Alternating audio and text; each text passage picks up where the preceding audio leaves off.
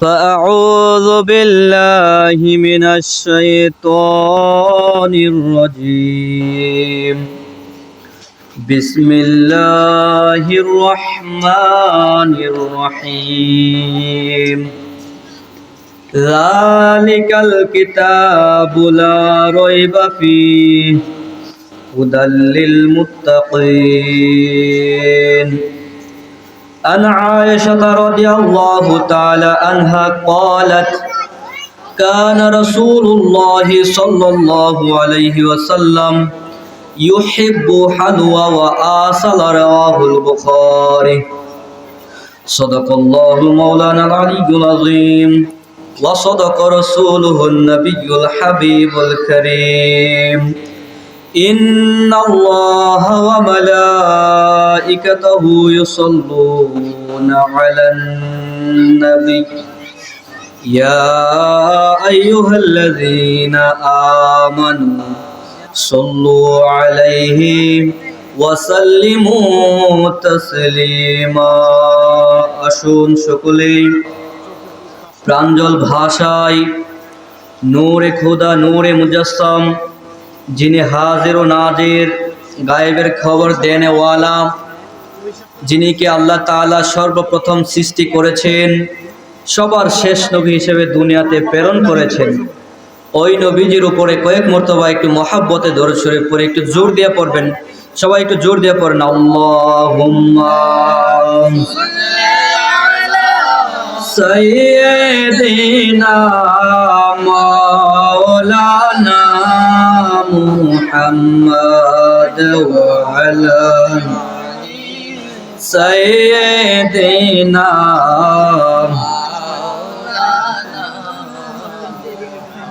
এমন ভালোবাসরে মন আমার দয়াল নবীকে এমন ভালোবাসরে মন আমার নূরের নবীকে যেমন ভালোবেসেছিল আবু বকর সিদ্দিকে আল্লাহুম্মা মহব্বত একটু জোরে করি সাইয়্যিদিনা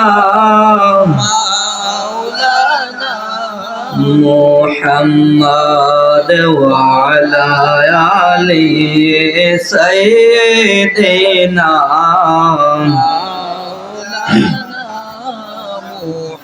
নবীজি যদি মারা যাইতো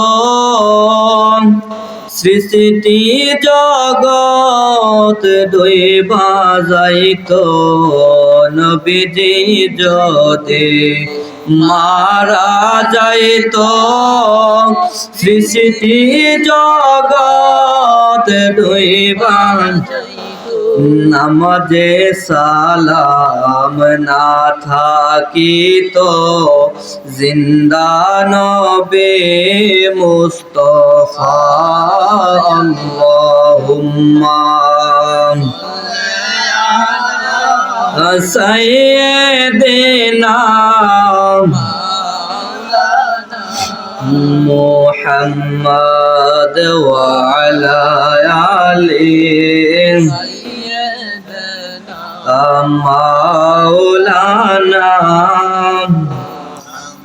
রেজভি বাবার সোনা জরে আল্লাহ রাসূল সবই মিলে সবাই পড়ি সদরুল বাবার সোনা জরে আল্লাহ রাসূল সবই মিলে অন্ধ নয়ন দিবে খুলে দেখিবে নবী মুস্তাফা আল্লাহুম্মা সাল্লি আলা সাইয়্যিদিনা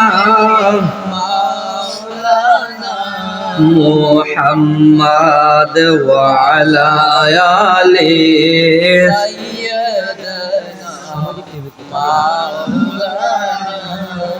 محمد একটু জিকির করে লা ইলাহা ইল্লাল্লাহ লা ইলাহা ইল্লাল্লাহ লা ইলাহা লা ইলাহা ইল্লাল্লাহ লা ইলাহা ইল্লাল্লাহ লা ইলাহা লা ইলাহা আল্লাহু লা ইলাহা ইল্লাল্লাহু মুহাম্মাদুর রাসূলুল্লাহ সাল্লাল্লাহু আলাইহি ওয়াসাল্লাম। অধ্যকার আজকে আয়োজিত হযরতুল আল্লামা মুজাদ্দিদ দ্বীন ও মিল্লাত মুহিউস সুন্নাহ মাহিউল বিদা ইমাম আহলে সুন্নাত শেরে গাজী আল্লামা আলহাজ আকবর আলী রিজভী রাদিয়াল্লাহু তাআলা আনহু ও মুসা গাজী আমনগাজীর বংশধরের স্মরণে জিরুন রিজভিয়া মসজিদের উদ্যোগে 31তম বার্ষিক সুন্নি মহাসম্মেলন। আজকের সুন্নি মহাসম্মেলনে যিনি সভাপতি বীর মুক্তিযোদ্ধা গাজী আব্দুল মান্নান রিজভী সাহেব জিরুইন।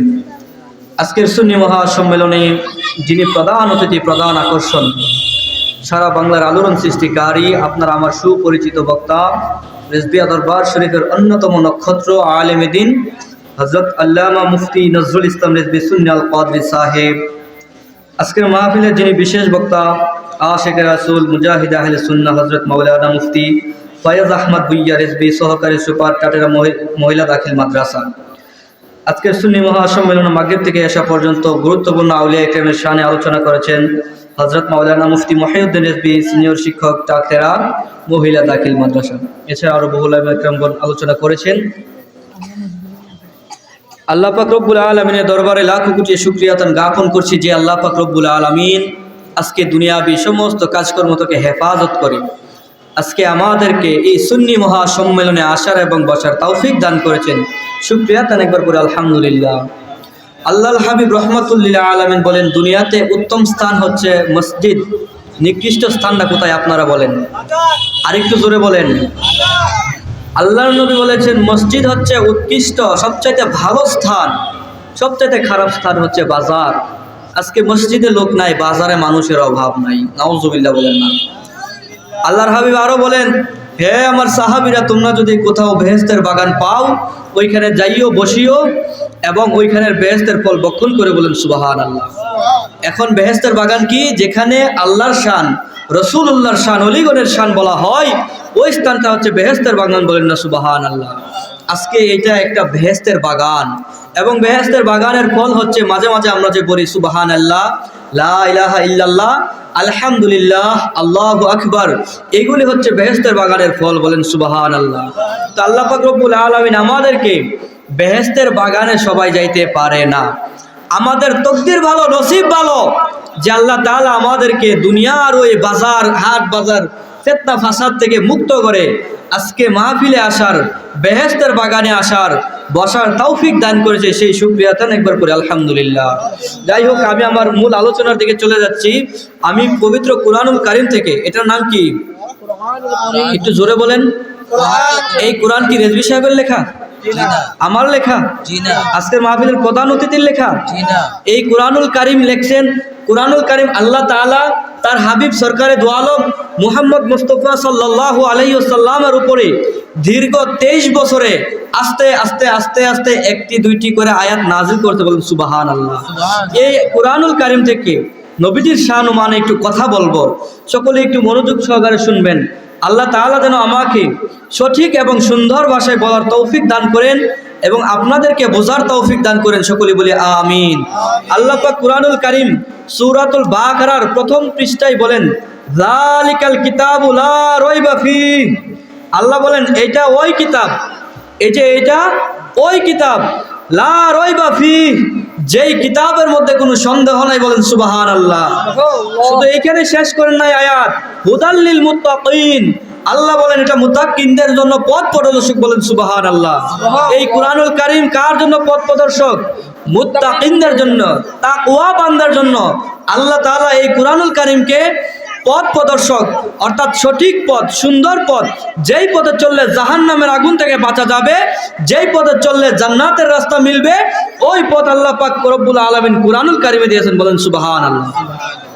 কুরআনুল কারীমে আল্লাহ তাআলা যা বলেছেন, যা আদেশ করেছেন, হাদিসে পাকে রাসূলুল্লাহ সাল্লাল্লাহু আলাইহি ওয়াসাল্লাম যা আদেশ করেছেন, সেইগুলোকে পালন করা, যেইগুলোকে আল্লাহর হাবিব নিষেধ করেছেন, আল্লাহ তাআলা নিষেধ করেছেন, সেইগুলোকে জীবনের আমল থেকে বর্জন করা, এইগুলোই হচ্ছে মুত্তাকিন, বলেন সুবহানাল্লাহ।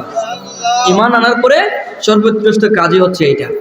তো আমি একটি হাদিস শরীফ পড়েছিলাম, আমাদের সামনে শবে বরাত আসছে। আল্লাহর হাবিব রহমাতুল্লিল আলামিন তিনি একজন স্ত্রী ছিলেন, মা আয়েশা সিদ্দিকা রাদিয়াল্লাহু তাআলা আনহা। আমার একটি প্রশ্ন, একজন স্বামী ব্যাপারে সবচাইতে বেশি যিনি অবগত, একজন পুরুষ ব্যাপারে সবচাইতে যিনি বেশি জানেন, তিনি হচ্ছে ওই ঘরের স্ত্রী। কথা বলেন ঠিক কিনা? একজন স্বামীর সবচাইতে বেশি যিনি জানেন, তিনি কে? তিনি হচ্ছেন স্ত্রী। ওই আম্মা জান আয়েশা সিদ্দিকা রাদিয়াল্লাহু তাআলা আনহা থেকে একটা হাদিস আমি তেলাওয়াত করেছিলাম। আন আয়েশা সিদ্দিকা রাদিয়াল্লাহু তাআলা আনহা, আম্মা জান আয়েশা সিদ্দিকা রাদিয়াল্লাহু তাআলা আনহা থেকে বর্ণিত, আম্মা জান আয়েশা সিদ্দিকা বলেন, ক্বালাত, তিনি বলেন, কানা রাসূলুল্লাহ সাল্লাল্লাহু আলাইহি ওয়াসাল্লাম ইউহিব্বু হালওয়া ওয়া আসালা, বলেন সুবহানাল্লাহ। আম্মা জান আয়েশা সিদ্দিকা সাক্ষী দেন, ও দুনিয়াবাসী তোমরা শুনে নাও, আমার নবী রাহমাতুল লিল আলামিন সবচাইতে বেশি পছন্দ করতেন খাদ্যের মধ্যে হালুয়া ও আসালা। হালুয়া শব্দের অর্থ হচ্ছে মিষ্টান্ন দ্রব্য, ও আসালা, আসালা শব্দের অর্থ হচ্ছে মধু। আল্লাহর হাবিব রহমাতুল লিল আলামিন হালুয়া, মিষ্টান্ন দ্রব্য পছন্দ করতেন, মধু পছন্দ করতেন। আজকাল ঘরে ঘরে ঘরে ঘরে মা বোনদেরকে যারা গিয়ে বুঝাচ্ছেন শবে বরাতে হালুয়া খাওয়া বেদাত, আল্লাহর নবী কোনোদিন করেন নাই। মা আয়েশা সিদ্দিকা বলেছেন, আমার নবী সবচাইতে বেশি পছন্দ করতেন হালুয়া এবং আসালা। আমার নবী সবচাইতে বেশি পছন্দ করতেন হালুয়া আর হচ্ছে মধু। এখন বলেন, মা আয়েশা সিদ্দিকা রাদিয়াল্লাহু তাআলা আনহার কথা মানবেন, নাকি 1500 বছর পরে যারা মন গড়া কথা বলে বাড়ি বাড়ি গিয়ে ফিতনা ছড়াচ্ছে, ফাসাদ ছড়াচ্ছে, মানুষের মধ্যে বিভ্রান্তি সৃষ্টি করছে, তাদের কথা মানবেন? কার কথা মানবেন? মা আয়েশা সিদ্দিকার কথা মানবেন না? মা আয়েশা সিদ্দিকা কি আমার নবীর সহধর্মিণী ছিলেন না? তাহলে তিনি আমার নবীর ব্যাপারে বেশি জানেন না? 1500 বছর পরের মানুষ বেশি জানেন। আজকে ঘরে ঘরে গিয়ে বলতেছে হালুয়া করা বেদাত, হালুয়া খাওয়া বেদাত। শুনো, হালুয়া খাওয়া বেদাত না, হালুয়া খাওয়া সুন্নাত। রাসূলুল্লাহ এটা বেশি পছন্দ করতেন।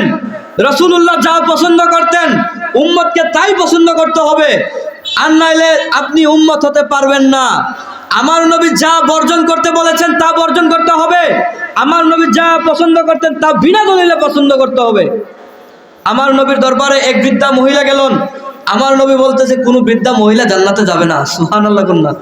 বৃদ্ধা মহিলা তো কাঁদতে কাঁদতে শেষ। ইয়া রাসূলুল্লাহ, ইয়া হাবিবাল্লাহ, আমি বৃদ্ধা কি অপরাধ করলাম যে আমি বেহেশতে যেতে পারবো না? চিন্তা করছেন?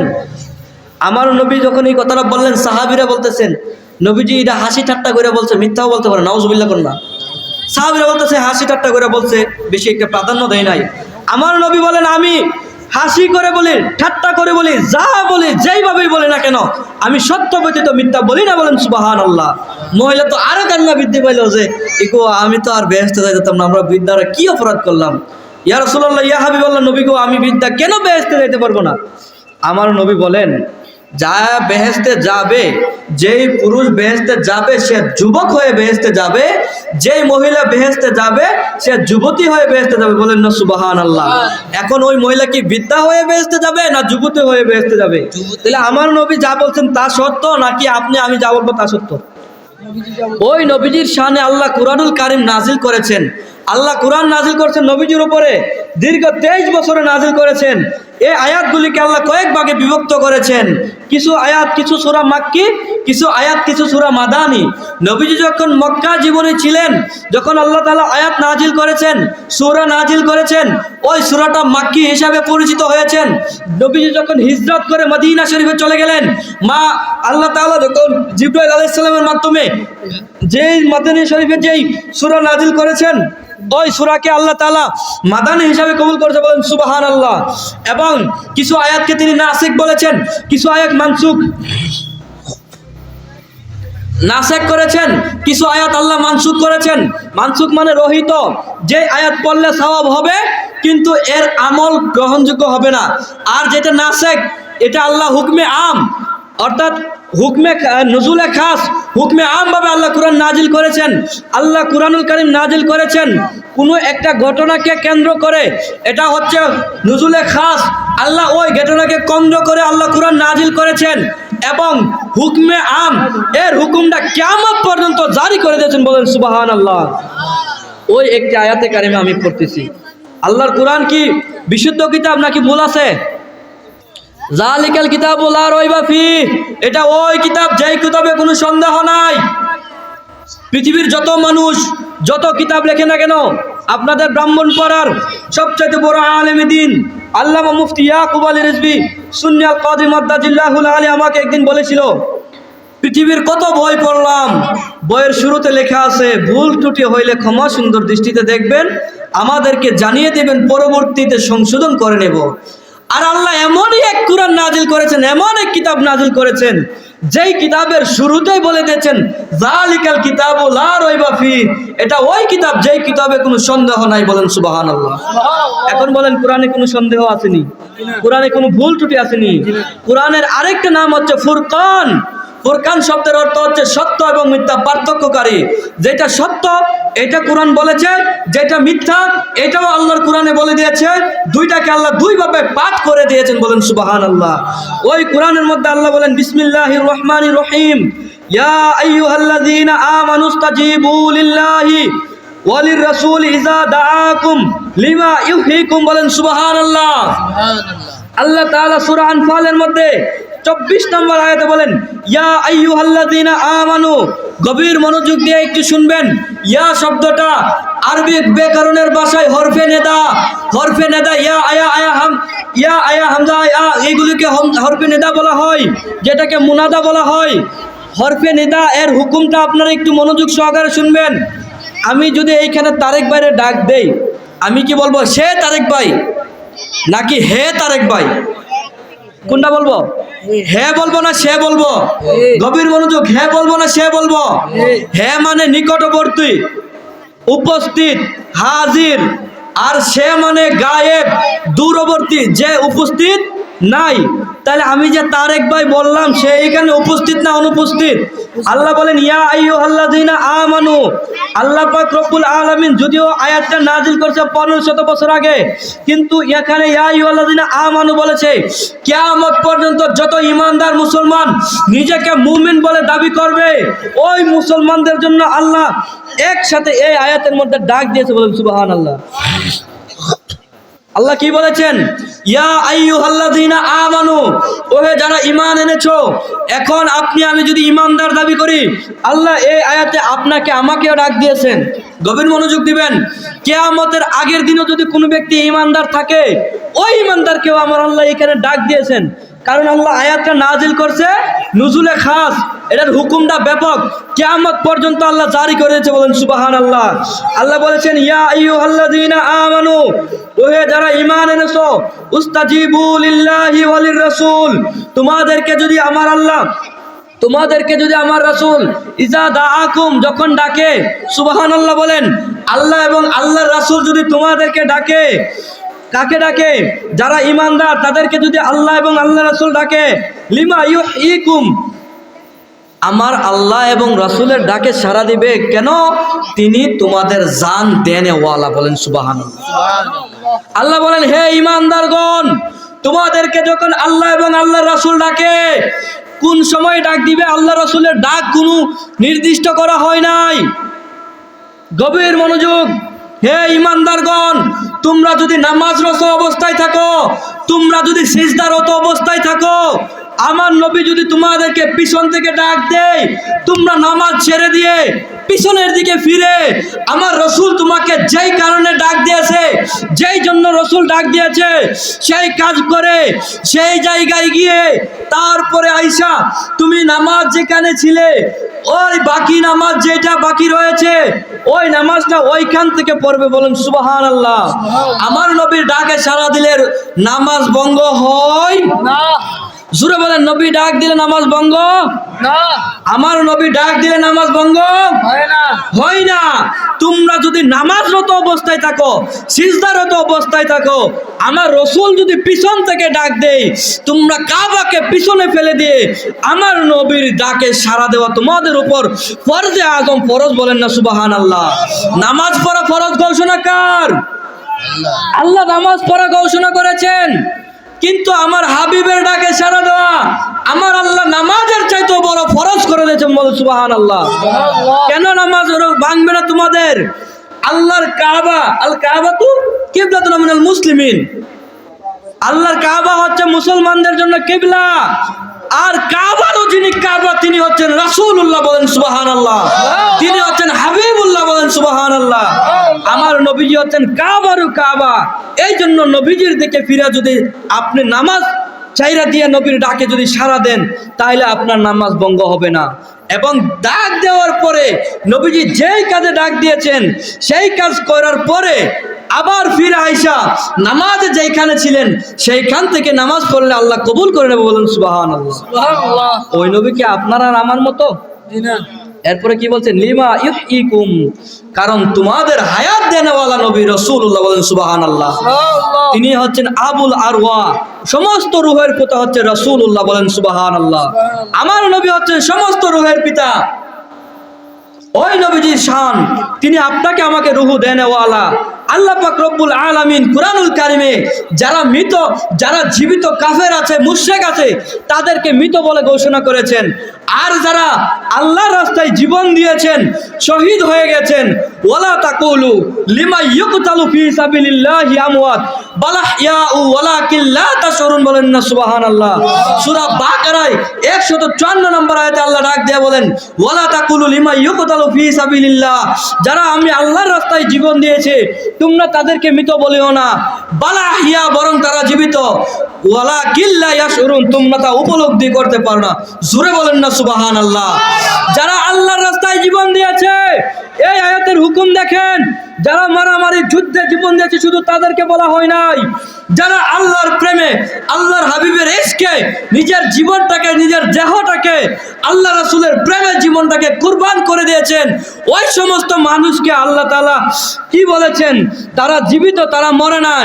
বালা ইয়াউ ওয়ালা কিল্লা তাশউরুন, তিনি জীবিত, তারা জীবিত, কিন্তু তোমরা তা উপলব্ধি করতে পারো না। বলুন সুবহানাল্লাহ।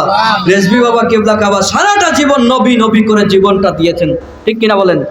মার খেয়েছেন, হামলার শিকার হয়েছেন, মামলার শিকার হয়েছেন, এই বাংলার জমিনে রক্ত ঝরিয়েছেন, কিন্তু তিনি নবীর শান ছাড়ে নাই। পিছনে কে আছে চিন্তা করে নাই, স্বামী তিনি স্ত্রীর চিন্তা করে নাই, স্ত্রী বিধবা হবে সেই চিন্তা করে নাই, সন্তানগণ এতিম হবে সেই চিন্তা করে নাই। কারণ লা ইউমিনু আহাদুকুম হাত্তা আকুনা হাব্বা ইলাইহি মি ওয়ালিদিহি ওয়া ওয়ালাদিহি ওয়ান নাস আজমাইন। বলেন না সুবহানাল্লাহ। মা বাবা, ভাই বোন, দাদা দাদি, নানা নানি, চাচা চাচি, সন্তান সন্ততি, এমনকি নিজের জানের চাইতেও বেশি যদি নবীকে না ভালোবাসতে পারেন ততক্ষণ পর্যন্ত কেউ মুমিন না। তাহলে নবীজিকে জানের চাইতে বেশি ভালোবাসতে হবে কিনা? এই জন্য তিনি নবীজির সুন্নাত বাস্তবায়ন করার জন্য নিজের জীবনটাকে কুরবান করে দিয়েছেন। তিনি নবীজির অসংখ্য মৃত সুন্নাত জিন্দা করেছেন, যার কারণে তিনি একটা লকব হচ্ছে মহিউস সুন্নাহ। বলেন সুবহানাল্লাহ। তিনি অসংখ্য বেদাত দাফন করেছেন, যার জন্য তিনিকে বলা হয় মাহিউল বেদা, অর্থাৎ বেদাত দমনকারী। বলেন সুবহানাল্লাহ। তাহলে ওই রেজভী বাবা কিবলা কাবার শানে মাহফিল এখনো কেমনে ঘরে বসে আছেন, ভাবতেছেন মাহফিলটা আর একটু জমলে মাহফিলও যাইবেন, একটু খাবারটা খাইলে শয়তান আয়া কইব মাহফিলে গিয়ে আর কি তা করবে, ঘুমা বেটা ঘুমা, ঘুমটা সাফা আজকা, বহুদিন পর একটা সুযোগ পাইছেন, এইগুলি ছাইরা দেন, তাড়াতাড়ি মাহফিলে চলে আসেন। এরপরে যারা আসতেছেন তারা বড় বড় জগৎ বিখ্যাত আলেম, দেশ বরণ্য আলেমে দিন। তো যেটা বলতেছিলাম, আল্লাহ পাক রব্বুল আলামিন কুরআনুল কারিমে আরো একটি সূরা নাজিল করেছেন, যে সূরাটাকে বলা হয় সূরাতুন নিসা। ওই সূরা নিসার মধ্যে আল্লাহ পাক রব্বুল আলামিন বলেন, ইয়া আইয়ুহাল্লাযীনা আমানু আতিউল্লাহা ওয়া আতিউর রাসূলা ওয়া উলিল আমরি মিনকুম। জোরে বলেন না সুবহানাল্লাহ। আল্লাহ বলেন, হে ঈমানদারগণ, আতিউল্লাহা, আল্লাহর অনুসরণ করো, ওয়া আতিউর রাসূলা, এবং আমি যাকে প্রেরণ করেছি ওই রাসূলের অনুসরণ করো, ওয়া উলিল আমরি মিনকুম, তোমরা এই ওয়া উলিল আমরি মিনকুম, যারা আল্লাহর নিকটবর্তী, যারা আল্লাহর বন্ধু হয়েছে তাদেরকেও অনুসরণ করো। জোরে বলেন না সুবহানাল্লাহ। তাদেরকে অনুসরণ করার কথা বলা হয়েছে। ওয়া উলিল আমরি মিনকুমের মধ্যে আল্লামা গাজী আকবর আলী রিজভী রাদিয়াল্লাহু তাআলা আনহু আছে কি নাই? তিনি কি বুজুর্গ এদিন ছিলেন না?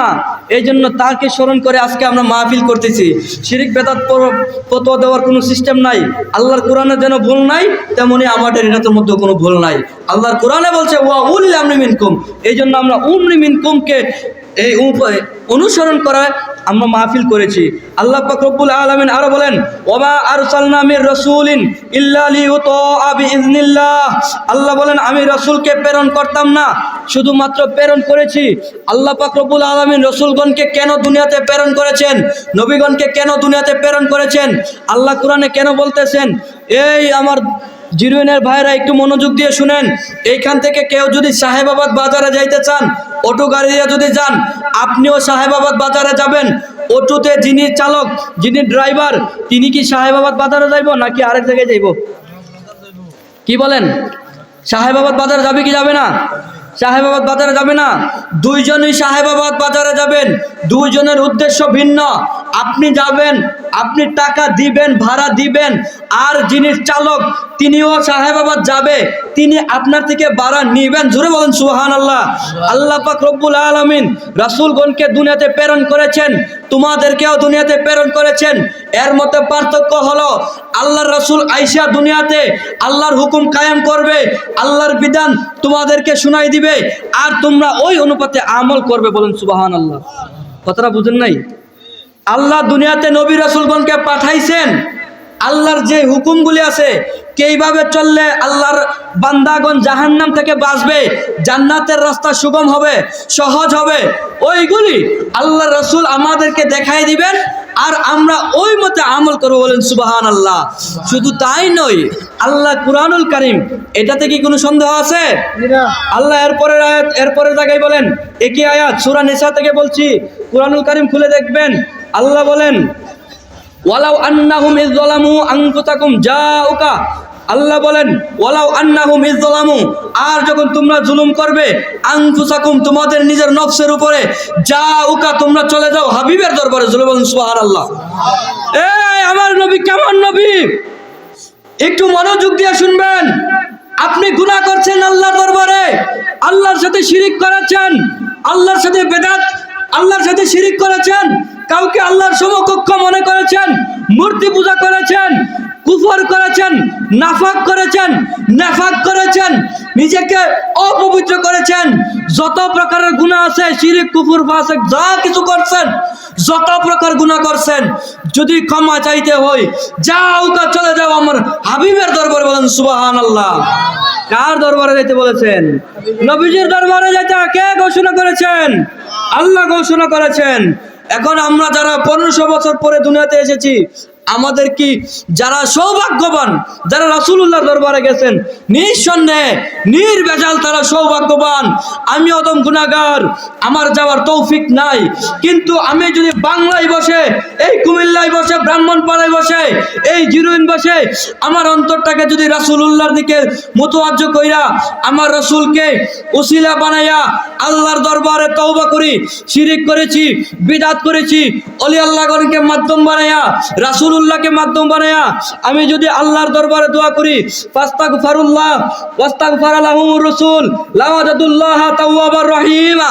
আল্লাহ বলেন, তোমরা আমার নবীর দরবারে গিয়ে যদি তোমরা নফসের যে জুলুম করেছো, ওই জুলুমের জন্য মাফ চাও, তোমাদের শিরিক, তোমাদের বেদাত, যা কিছু আছে তোমাদের হইয়া যদি আল্লাহর হাবিব সাল্লাল্লাহু আলাইহি ওয়াসাল্লাম আল্লাহর দরবারে তোমাদের জন্য সুপারিশ করে, আল্লাহর হাবিব রাহমাতুল লিল আলামিন তোমাদের জন্য যদি আমি আল্লাহর দরবারে মাফ চাই, আমি আল্লাহ তোমাদেরকে ক্ষমা করে দেব। বলেন সুবহানাল্লাহ। এত আস্তে করে তো মানতাম না, আরেকটু জোরে করো, আরেকটু জোরে বলেন সুবহানাল্লাহ, আরেকটু জোরে বলেন ইয়া রাসূলুল্লাহ। হ্যাঁ এবার একটু ঠিক আছে, মানুষ মনে করবো যার না মানুষ আছে, যারা দূরে ঘরে বসে রয়েছে মনে করছে মাহফিলটা জমছে না, আর একটু জমি মাসাল্লাহ জানবো, এখন আর আওয়াজের ঠেলায় বোঝা গেছে না কিছু মানুষ আছে। তাড়াতাড়ি আয়া পড়েন, মাহফিল জমা গেছে।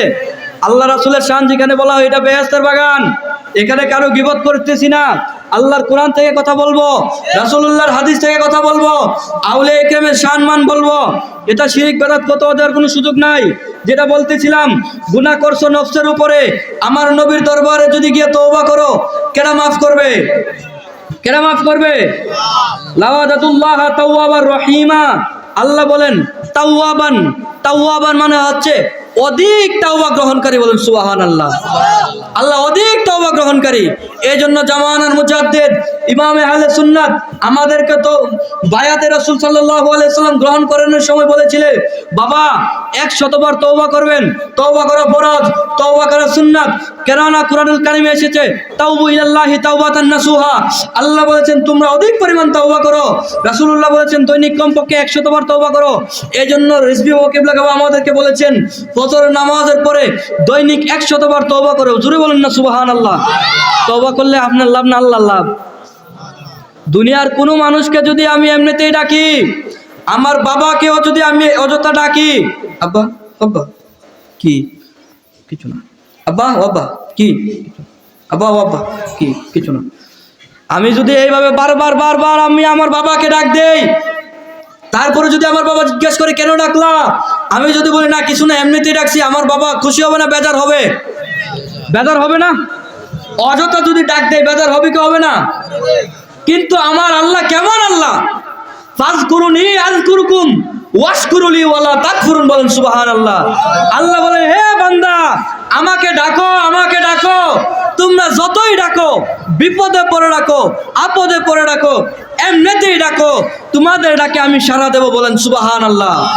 ওয়াশকুরুলি, আমার শুকরিয়া আদায় করো, ওয়ালা তাকফুরুন, নাফরমানি করিও না।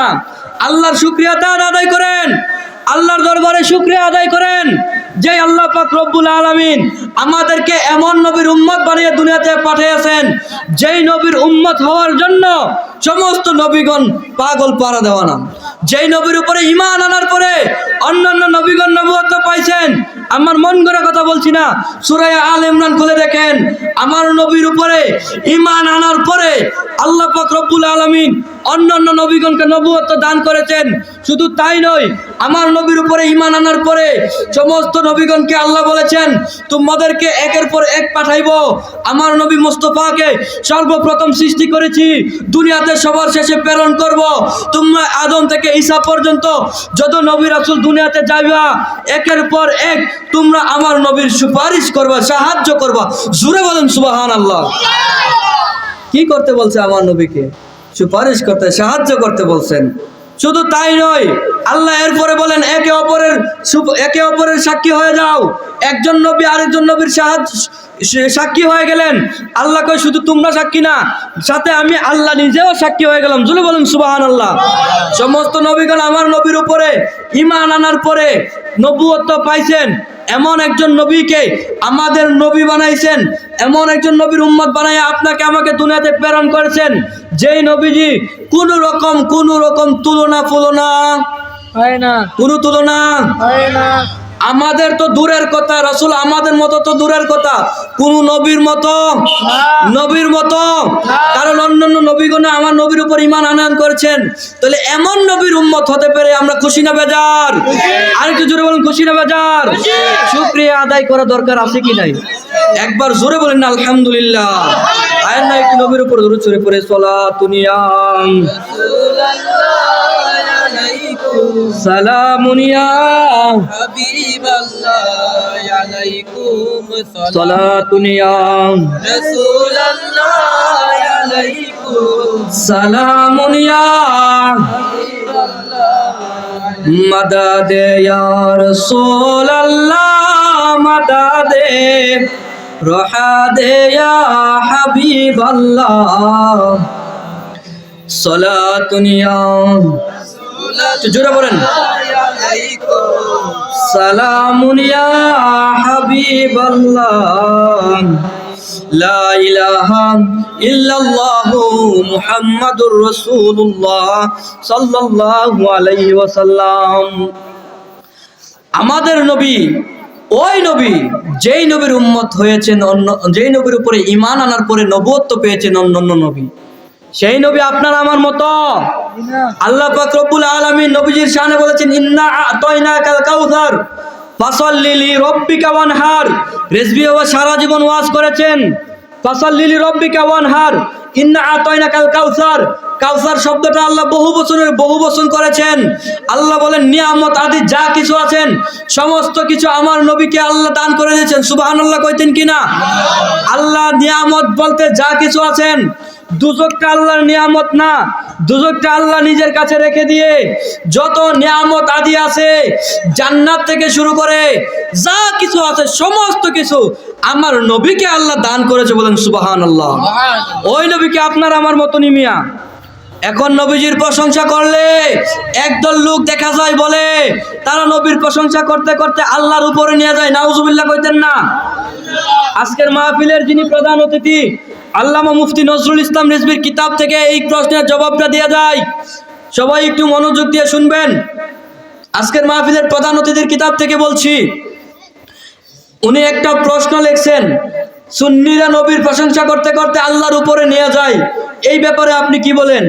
অত্যন্ত চমৎকার ভাবে তিনি জবাবটা দিয়েছেন, যে জবাবটা আমার কাছে খুব ভালো লাগছে, আপনাদের সাথে একটু শেয়ার করতাম চাই। শুনবেন নি? একটা দাড়িপাল্লা নিবেন। যারা দাড়িপাল্লায় মাফি ব্যবসা করেছেন একটু মনোযোগ দিবেন। একদিকে বাটখারা রাখা হয়, একদিকে পণ্য রাখা হয়। 1000 গ্রামে 1 কেজি হয়। একদিকে 1 কেজি 1000 গ্রাম রাখলে আরেক দিকে পণ্য যদি আমরা রাখি, ধরেন চাল, আমরা যদি 1000 গ্রাম চাল রাখি, যখন পাল্লাটা বরাবর হয় তখন দুইটা সমান সমান হয়। ঠিক কিনা বলেন? আচ্ছা, একটু মনোযোগ দিবেন। যখন দুইটা পাল্লাটা বরাবর হয় তখন 1000 গ্রাম হয়, 1 কেজি হয়। কিন্তু আমরা একটু হালায়া দেই না, একটু বেশি দেই মাপে। কেন?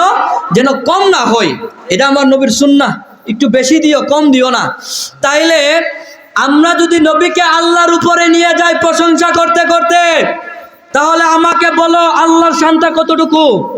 আল্লাহর শান যদি 1000 গ্রাম হয়, আমরা যদি রাসূলুল্লাহর শান 1001 গ্রাম বলি, 1010 গ্রাম বলি, তাইলে এনে আল্লাহর উপরে যাই। ঠিক কিনা বলেন?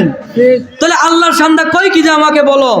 আমার আল্লাহ ওই সত্তা যিনি মাপ জাপ দুনিয়ার যা কিছু আছে, স্থান কাল পাত্র সময় সব কিছু থেকে পৌত এবং পবিত্র, তিনি হচ্ছে আমার আল্লাহ। বলেন সুবহানাল্লাহ। আল্লাহর সাথে কোন রকম তুলনা? নবীজিকে কি আল্লাহর সমকক্ষ মনে করা যাবে? দুনিয়ার কাউকে আল্লাহর সমকক্ষ মনে করা যাবে? আল্লাহর রাসূল কি আল্লাহর সমান? আমরা যদি রাসূলুল্লাহকে আল্লাহর সমকক্ষ মনে করি তাইলে মুশরিক হবে, শিরিক হবে। আমরা তো রাসূলকে আল্লাহর সমান মনে করি না। বরং তোমরা যারা বলেছো আমরা রাসূলুল্লাহর শান বলতে বলতে আল্লাহর উপরে নিয়ে যাই, তোমরা শিরিক করেছো। কারণ হাদিসে পাকে নবীজি বলেন, কেউ যদি কোনো ভাইকে কোনো কারণ ব্যতীত মুশরিক বলে, কাফের বলে, দুইজনের একজন কাফের হয়ে যায়, মুশরিক হয়ে যায়। বল নাউজুবিল্লাহ। আমরা শিরিক করি নাই, আমরা মুশরিক করি নাই, আমরা কুফর করি নাই, আল্লাহকে আল্লাহ মনে করি। কুল হুয়াল্লাহু আহাদ আল্লাহুস সামাদ লাম ইয়ালিদ ওয়া লাম ইউলাদ।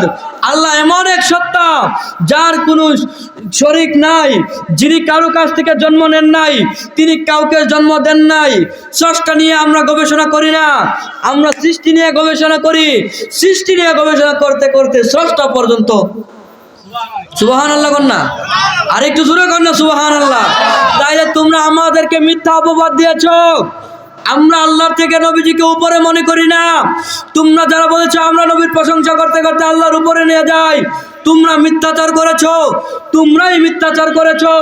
এই মিথ্যাচারের জন্য কাল হাসরের ময়দানে জবাবদিহিতা করতে হবে কি হবে না বলেন? কারণ সূরা আল ইমরানে আল্লাহ বলেন, কুল ইন কুনতুম তুহিব্বুনাল্লাহ ফাত্তাবিউনি ইউহিব্বুকুমুল্লাহ। কুল, আমার এটা আদেশ সূচক। আল্লাহ আমার নবীকে আদেশ করলেন, হে নবী আপনি বলে দেন, ইন কুনতুম তুহিব্বুনাল্লাহ, তোমরা যদি আল্লাহর ভালোবাসা পেতে চাও, ফাত্তাবিউনি, নবী আপনি বলে দেন তোমরা আমি নবীকে অনুসরণ করে, বলুন সুবহানাল্লাহ। ওয়া ইয়াগফির লাকুম যুনুবাকুম, আর তোমাদের গুনাহসমূহ আল্লাহ মাফ করে দেবেন। জোরে বলেন না সুবহানাল্লাহ। তোমরা যত প্রকারের গুনাহ করো না কেন, আমার নবীকে যদি সর্বগুণে মানো, নবীকে উসিলা দেও, আল্লাহ তোমাদের গুনাহ মাফ করে দেবেন, বলুন সুবহানাল্লাহ।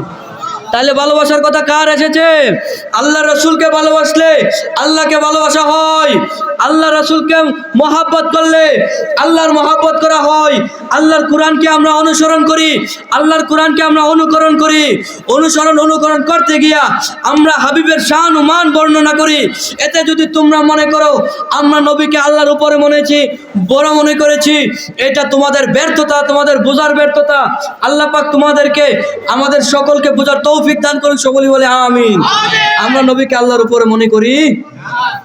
আচ্ছা, যেটা বলতেছিলাম, আল্লাহ পাক রব্বুল আলামিন দুনিয়াতে এবং আখিরাত পরকাল যা কিছু আছে, নিয়ামত বলতে যা কিছু আছে, সমস্ত কিছু আল্লাহ তাআলা আমার নবীকে দান করে দিয়েছেন। সুবহানাল্লাহ কন্যা। ইন্না আতাইনাকাল কাউসার।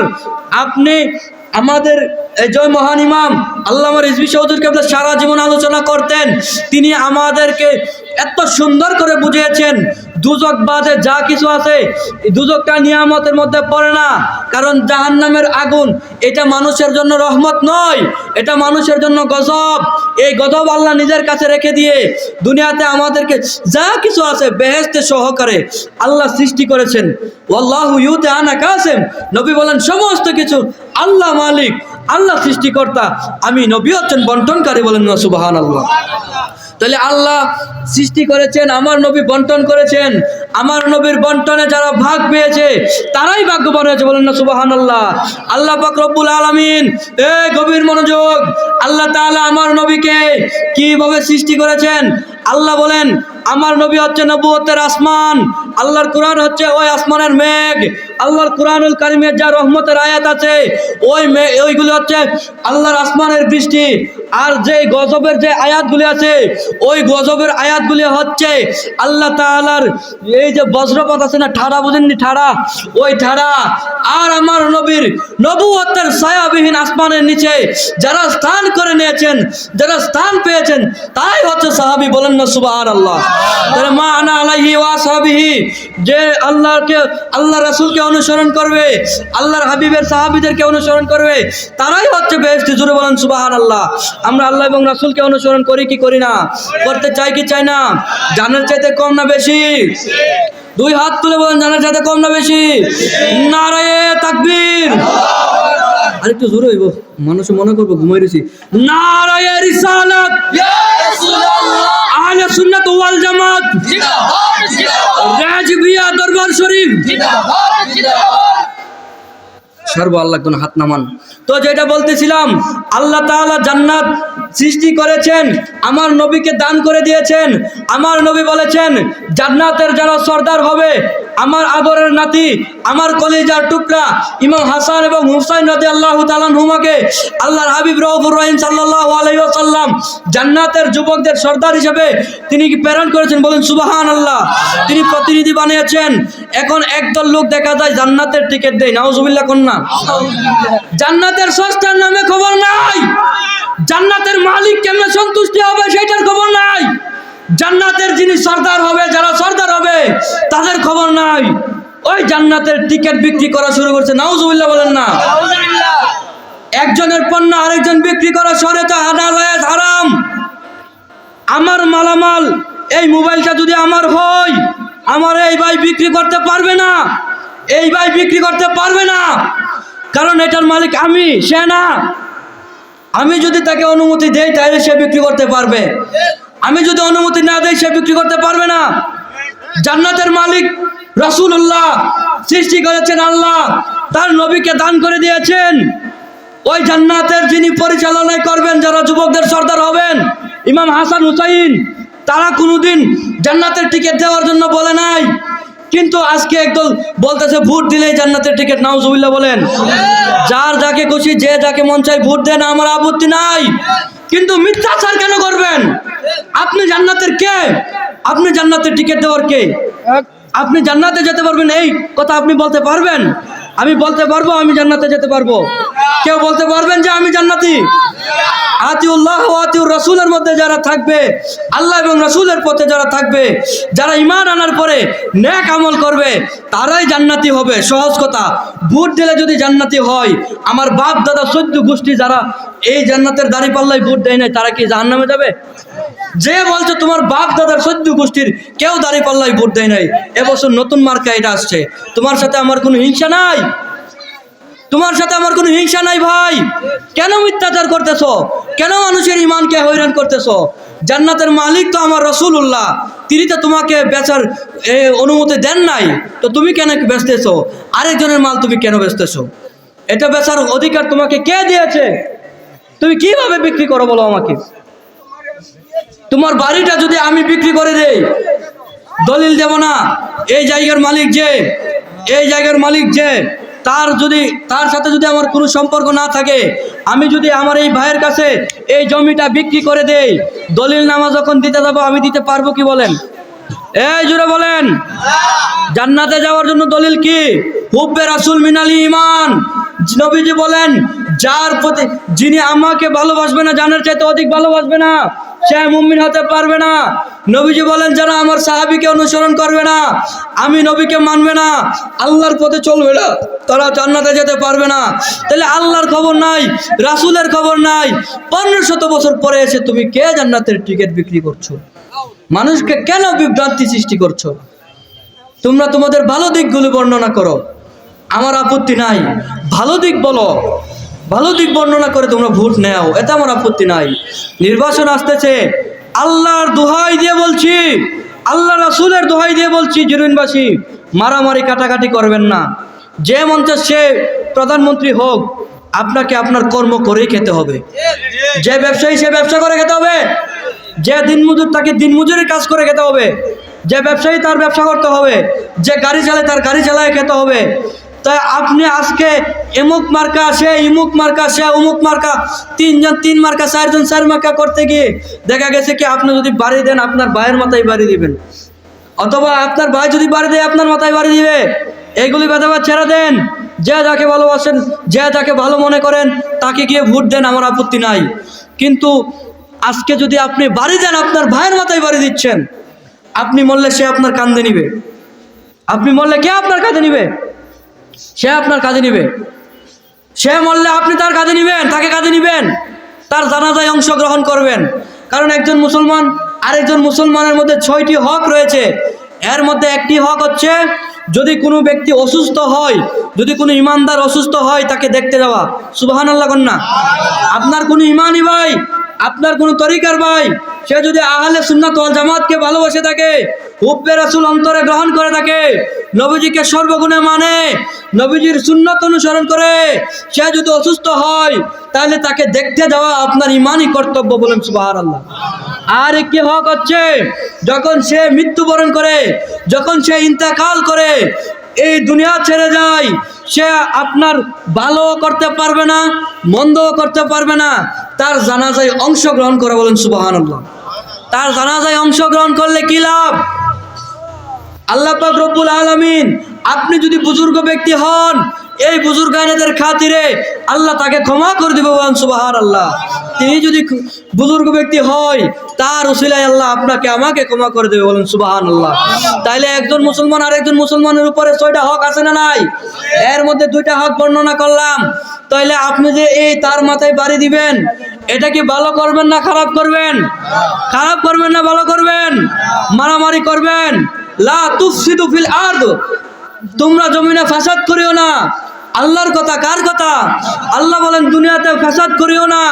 আর আপনি আমি যে ফাসাদ করব, এই যে আমার ভাইয়ের মাথায় আমি বাড়ি দেব, আপনার ভাইয়ের মাথায় আপনি বাড়ি দিবেন, আপনার ভাই আপনার মাথায় বাড়ি দিবে, এটা কি ফিতনা কি না? আল ফিতনাতু আসাদু মিনাল কতল।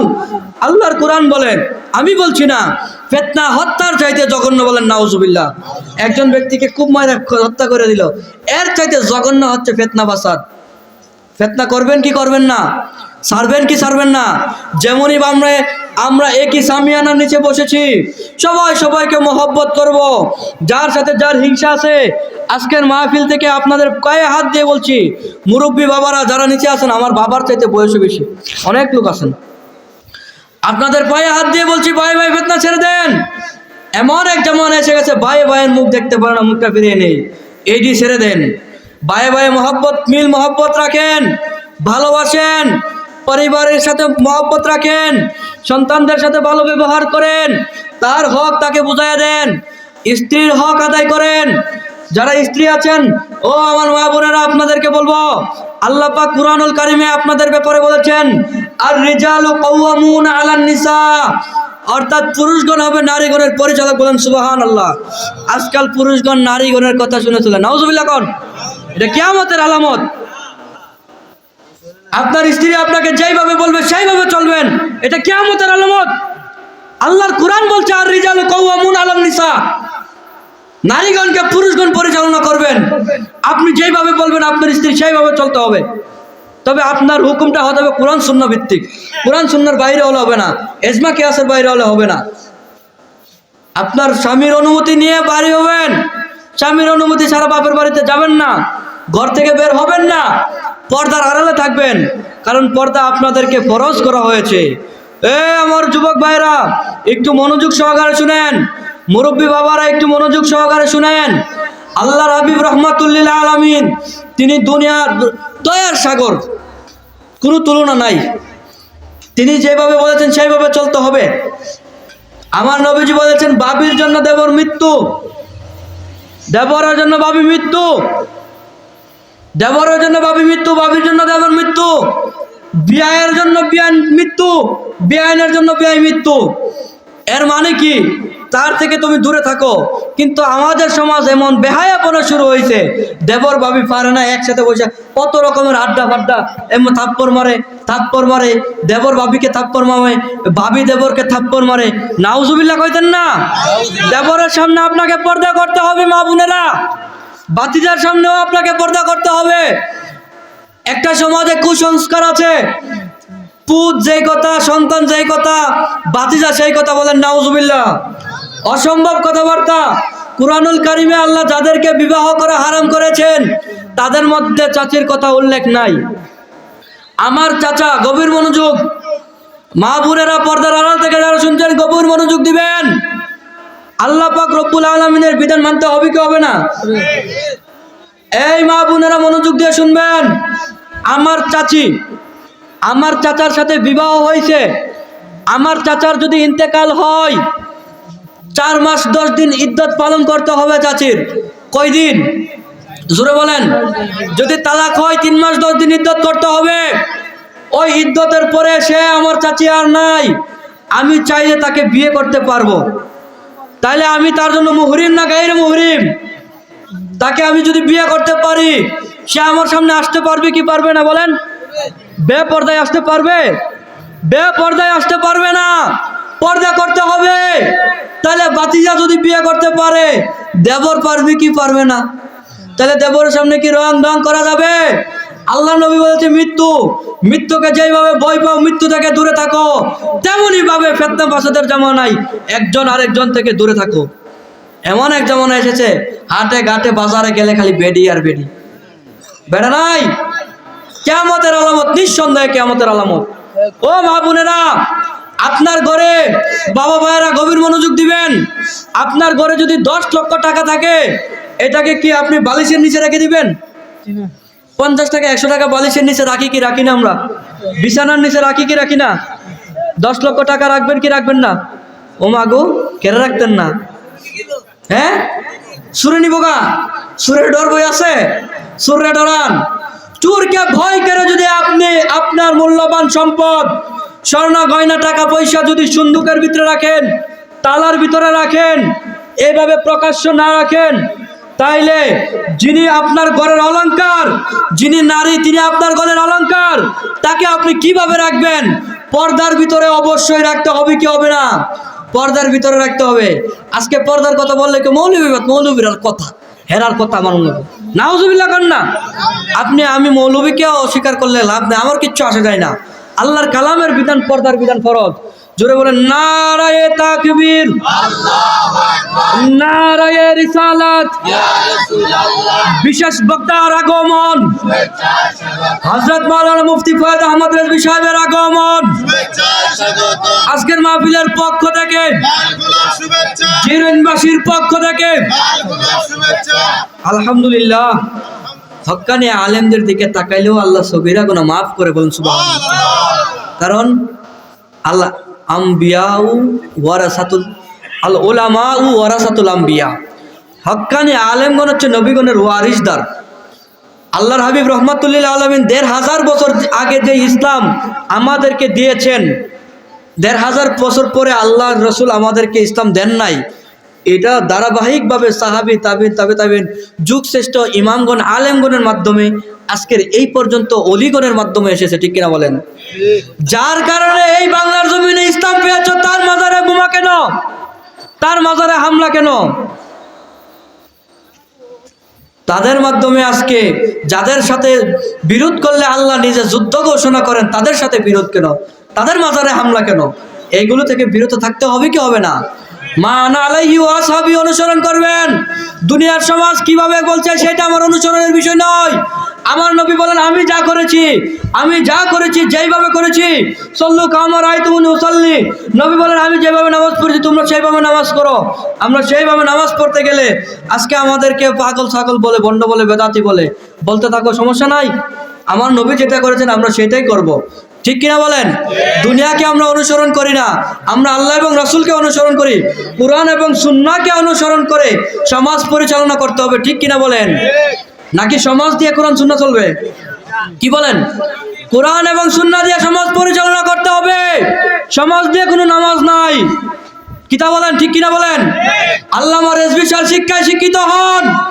আপনার বাবার সম্পত্তি যদি কোনো ব্যক্তি জোর করে, জবরদস্তি করে, সে যদি হক বসাতে চায়, সে যদি দখল করতে চায়, তার সাথে শক্তি দিয়ে পারবেন কি পারবেন না সেটা পরের কথা। আপনি কি করবেন? দাঁড়ালে লাফাইয়া পড়বেন কি পড়বেন না বলেন? জানে বাঁচবেন না মরবেন সেটা চিন্তা করবেন কি করবেন না? আরে আপনার ঈমান তো আপনার সম্পত্তির চাইতে কম না বেশি মূল্যবান? আপনার ওই মহান মূল্যবান ঈমানের মধ্যে যখন আঘাত আসবে, সম্পত্তির জন্য যেভাবে লাফিয়ে পড়বেন তার চাইতেও বেশি লাফিয়ে পড়তে হবে, বলেন ঠিক কিনা? ওই ঈমান ইসলাম বোঝার জন্য আজকের মাহফিলে চলে আসুন, আল্লাহ রাসূলের মহব্বত নিয়ে চলে আসুন। এখন যারা আলোচনা করবে তারা রেজবিয়া দরবার শরীফের উজ্জ্বল নক্ষত্র, তারা আমার মতো আলেম না, তারা যোগ্য আলেমে দিন। আল্লাহ পাক রব্বুল আলামিন যা আলোচনা করেছি তার উপরে আমল করার তৌফিক দান করুক, সকলে বলে আমিন। যদি ভুল ত্রুটি হয় আল্লাহ রাসূল সাল্লাল্লাহু আলাইহি ওয়াসাল্লাম যেন আমাদের সকলকে ক্ষমা করে দেন, সবাই বলে আমিন। ওমা আলাইনা ইল্লাল বালাগ। আসসালামু আলাইকুম ওয়া রাহমাতুল্লাহি ওয়া বারাকাতুহু ওয়া মাগফিরাতুহু।